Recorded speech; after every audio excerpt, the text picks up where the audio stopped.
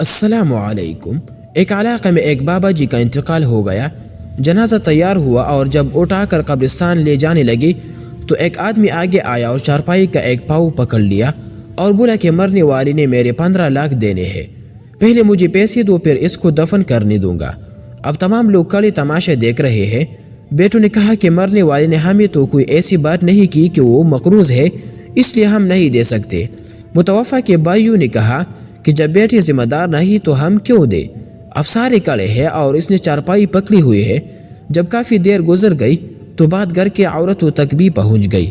مرنے والے کی اکلوتی بیٹی نے جب بات سنی تو فوراً اپنا سارا زیور اتارا اور اپنی ساری نقد رقم جمع کر کے اس آدمی کے لیے بھجوا دی اور کہا کہ اللہ کے لیے رقم اور زیور بیچ کر اس کے رقم رکھو اور میرے ابو جان کا جنازہ نہ روکو، میں مرنے سے پہلے سارا قرض ادا کر دوں گی اور باقی رقم کا جلد بندوبست کر دوں گی۔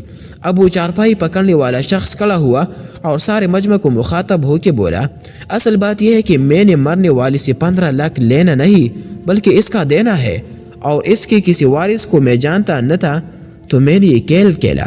اب مجھے پتہ چل چکا ہے کہ اس کے وارث ایک بیٹی ہے اور اس کا کوئی بیٹا یا بھائی نہیں ہے۔